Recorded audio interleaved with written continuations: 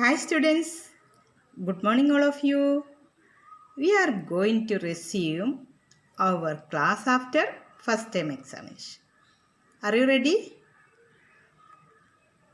Okay, how was the examination? Was it easy? Okay, today we are going to learn our 7th chapter Uttam Beej. All of you take your page number 51. First I will read it. Chapter name Uttam Beej. Beej means seed. Uttam means best or quality. Listen here. बहुत पुरानी बात है. प्रतापगढ़ का राजा वृद्ध हो गया था. उसके पुत्र अयोग्य थे. उसने नए राजा के चुनाव के लिए एक तरकीब सोची. It's a very old story. The king of Pratapagad became old. His sons were ineffective. He thought up an idea to elect a new king. അതായത് വളരെ പഴയ ഒരു കഥയാണ് അല്ലെങ്കിൽ പഴയൊരു കാര്യമാണ്. എന്തായിരുന്നു? പ്രതാപഗഡ് എന്ന സ്ഥലത്തെ രാജാവ് വയസ്സനായി അല്ലെങ്കിൽ പ്രായാധിക്യം കൊണ്ട് അയാൾക്ക് കാര്യങ്ങളൊന്നും നോക്കാൻ പറ്റാത്ത ഒരു സ്റ്റേജിലായി. ആ സമയത്ത് എന്ത് ചെയ്തു? ഉസ്കെ പുത്ര അയോഗ്യ മീൻസ് ഇനെഫക്റ്റീവ്, അതായത് കാര്യക്ഷമത ഇല്ലാത്ത. അദ്ദേഹത്തിൻ്റെ മക്കളെ ഒരു കാര്യക്ഷമത ഇല്ലാത്ത മക്കളായിരുന്നു. അതുകൊണ്ട് തന്നെ സ്നേഹ രാജാക്കെ ചുനാവ് കേലിയെ, അദ്ദേഹം പുതിയ രാജാവിനെ സെലക്ട് ചെയ്യുന്നതിന് വേണ്ടി ഏക്ക് തർക്കീബ് സോചി, ഒരു ഐഡിയ ചിന്തിച്ചു. എന്തായിരുന്നു? രാജ്യക്കെ സബീ കിഷോരോं को राज्यसभा में बुलाया गया.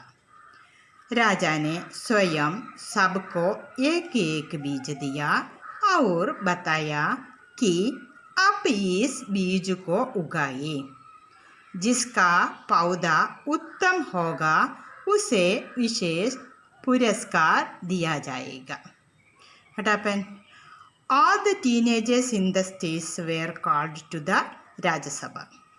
The king himself gave one seed to everyone and told them to grow this seed.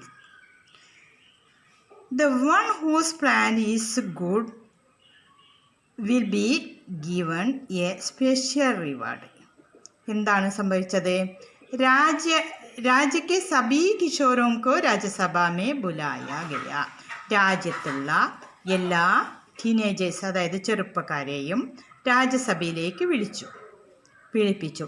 എന്നിട്ടോ രാജാനെ സ്വയം സബ്കോ ഏക് ബീജ് ദിയ, രാജാവ് സ്വയം ഓരോരുത്തർക്കും ഏക് ബീജ് ദിയ, ഓരോ സീഡ്, ഓരോ വിത്ത് വീതം കൊടുക്കുക മാത്രമാണോ? അവർ ബത്തായ പറഞ്ഞു. എന്താ പറഞ്ഞത്? കി അപ്പ് ഈസ് ബീജ് കോ ഉഗായേ, നിങ്ങൾ ഈ വിത്ത് എന്ത് ചെയ്യണം? ഉഗായേ, സ്പ്രൗട്ടഡ്, മുളപ്പിക്കണം. അതായത് അതിനെ എന്ത് ചെയ്യണം? മുളപ്പിച്ച് വളർത്തണം. ജിസ്കാ പൗധ ഉത്തം ഹോഗ, ആരുടെ പൗധയാണോ, ആരുടെ തൈയാണോ നന്നായി വരുന്നത്, ഉസേ വിശേഷ് പുരസ്കാർ ദിയാ ജായേഗ, നല്ല തൈ ആരാണോ വളർത്തി വലുതാക്കുന്നത് അവർക്ക് എന്തുണ്ടാവും? സമ്മാനം ഉണ്ടാവും എന്ന് പ്രഖ്യാപിച്ചു.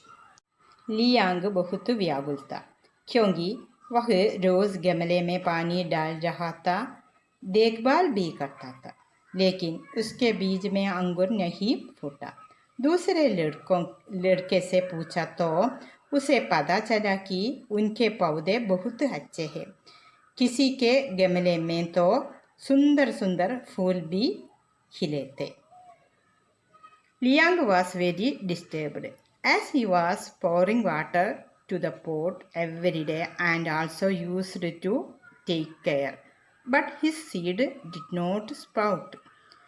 When asked to other boys, he came to know that their plants were very good and beautiful flowers also bloomed in some flower pot. എന്താ സംഭവിച്ചത്? ലിയാങ്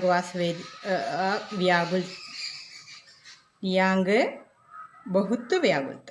എന്താ സംഭവിച്ചാൽ ലിയാങ്ക് വളരെ വ്യാകുലനായിരുന്നു, അതായത് അവൻ ഡിസ്റ്റേബ്ഡ് ആയിരുന്നു. എന്തുകൊണ്ടാക്കിയോങ്കി വഹ് റോസ് ഗമലേ മേ പാനി ഡാൽ രഹാത്ത, അവൻ ദിവസവും എന്ത് ചെയ്യുമായിരുന്നു, അവൻ്റെ ചട്ടിയിൽ വിത്ത് നനക്കുമായിരുന്നു.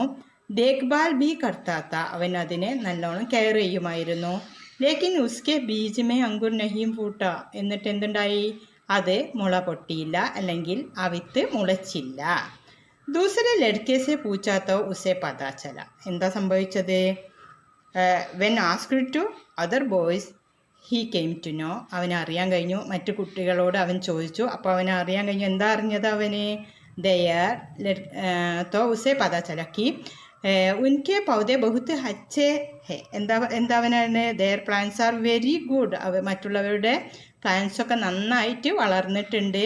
കിസിക്ക് ഗമലെ മേ തോ സുന്ദർ സുന്ദർ ഫൂൽ ബി ഖിലേത്തെ, മറ്റു ചിലരുടെ ചെടിയിലൊക്കെ എന്തുണ്ട്, നല്ല പൂക്കളും ഉണ്ടായിട്ടുണ്ട്.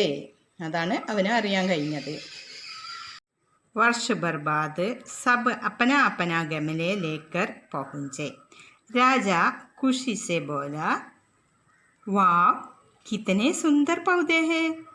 सबने पौधे को देखभाल बहुत अच्छी तरह की है. എന്താണ്ടായത്, after a year every one arrived with their own flower pot. The king happily said, wow, what a beautiful plants. Everyone has taken very good care of their plants.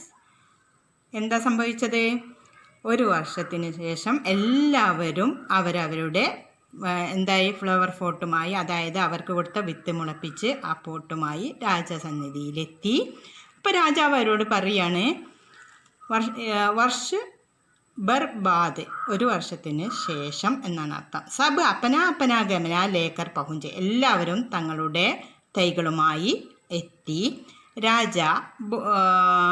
Raja Kushi say പോലെ, രാജാവ് വളരെ സന്തോഷത്തോടെ പറയാണ്, വാ കിത്തനെ സുന്ദർ പൗധേ ഹേ, എത്ര നല്ല മനോഹരമായ തൈകൾ.